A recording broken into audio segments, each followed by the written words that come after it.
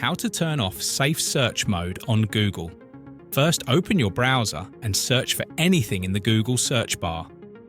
Now click on your Google account profile picture.